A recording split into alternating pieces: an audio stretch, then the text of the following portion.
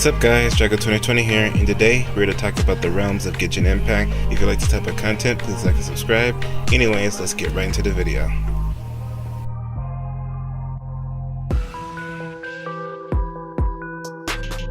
Alright, so we're going to talk about three topics: naturally occurring realms, man-made realms, and how this all affects the power scaling. So let's talk about the easiest thing first, the naturally occurring realm. Let's talk about the three biggest realms: the light realm, the dark realm, and the human realm. The dark realm, also described to be the void realm, is described to be bottomless. A bottomless pit is infinite in size. The light realm is the opposite side of the same coin for the dark realm, making it infinite as well. And in the human realm, it contains space and the universe, making that infinite as well. Now let's talk about the newest realm, the Night Kingdom. In the overview for the Abyss, it says that the Void Realm's dark currents are analogous to the human realm's ley lines and the light realm's elemental currents. Analogous means comparable in certain respects, typically in a way which makes clearer the nature of the things compared. If the ley lines function very similarly to the currents within the Void Realm and the Light Realm, and the Night Kingdom is meant to be a replacement for Netlem because they have deep-rooted ley lines, then you can actually say that the Night Realm is infinite in size. In the Night Kingdom's description, it describes the Night Kingdom as a liminal space between the body and the mind, life and death, essentially functioning as the afterlife within Genshin,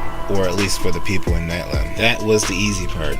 Now comes the hard part, me trying to prove that the man-made realms are infinite in size. I want to start out with my two biggest arguments, but I want to start with my most generic one, and that is the naming system and the labeling system that Genshin has.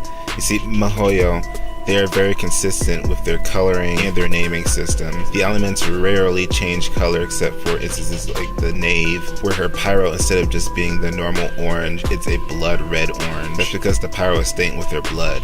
There's an actual good reason for the color change. And I say this because a name can be a title or a description. If you were to go on Google and look up realms and domains, the definitions would look quite similar to each other. However, both of these words are used in different contexts within the game, implying the author or the person who created the game sees a difference between the two or wants to make a difference between the two. And giving something the same title or the same name as another implies that in some way, shape, or form, this thing that has the same title as another is comparable in one way or another. So if the worlds within a Serenity Pot have the same title, realm, as the light realm, the dark realm, the human realm, then you could say that the realm layouts scale to the light realm, the human realm, and the dark realm because they have the same title, the same descriptive language. I want to talk about the weakest, most fodder false deities within Genshin Impact, the God of Salt. She created two items that are either limitless or bottomless,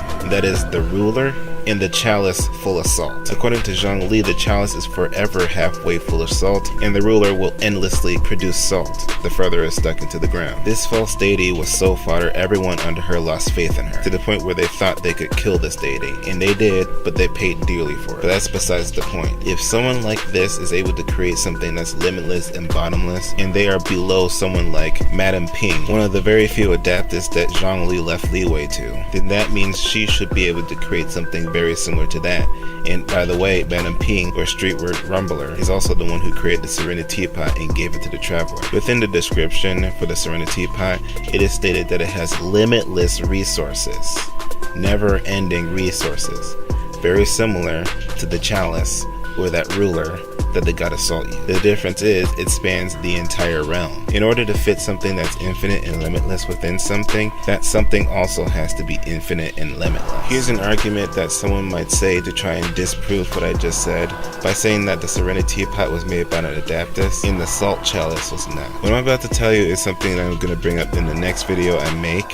I'm going to bring it up here for this argument. Everyone has access to the same type of energy that is used within Adaptus energy. As you can see, whenever anyone, including Amber, switches weapon, they have this glowing gold energy. It's the adaptal art that not everyone has, and that is what is used to create the Serenity Pot and the realm layouts within. It is entirely plausible that Zhongli taught the God of Salt how to use the adaptive arts to create the Salt Chalice and the Ruler, considering that the two of them were friends up until the point where she died. I'm not going to go any further because that would be a massive lore dump, and I do not want that for this video. Instead, I'm going to put it in the next one. My final argument is this. In Netlim, the new Power Archon, she used a bunch of artifacts to break into the realm of the Wild or the Night Kingdom. The methods she used to break into the Night Kingdom was to sacrifice a bunch of artifacts to gain enough power to break in. You're able to add on realms to the Serenity Pot by using artifacts related to the area that you want within the Serenity Pot. The method that the Power Archon used to break into the Night Kingdom is very similar, if not the same, to the method that you would use to make a new realm layout within the Serenity Pot. With this, we can establish that artifacts can be used to affect a realm. An argument against this is that the Power Archon used way more artifacts than what was necessary for the Serenity Pot. A good explanation for this is that not only was she trying to break into the Night Kingdom, but she was also trying to resist the Abyss that was completely taking over the entire Night Kingdom. The Abyss is actively trying to destroy Netlam. Though it is described to be not intelligent, it does seem to have some level of intelligence, if you catch my drift. It is strategically attacking Netlam, and one of the best ways to ensure that Netlam is destroyed is to trap the team that went down to go get Kachina, because it consists of the Traveler plus other people the Archon feels capable of fighting against the Abyss. Chances are the Abyss allocated a lot of power to that section so they wouldn't be able to get out again, and required all of the artifacts to be used. So that's probably why more artifacts were used than what it takes to make a new realm layout within the Serenity Pot. This video was meant to serve as a prologue for my next video, which is going to be my Adaptus video. It's going to go into mainly the energy that they use. Creating an infinite realm is just one of the many things that this magic is capable of doing. And once I begin talking about it, you'll begin to truly understand just how powerful these characters are and can make themselves. And with that, I'm going to end the video right there. If you like this type of content, please like and subscribe. And as always, have a wonderful day.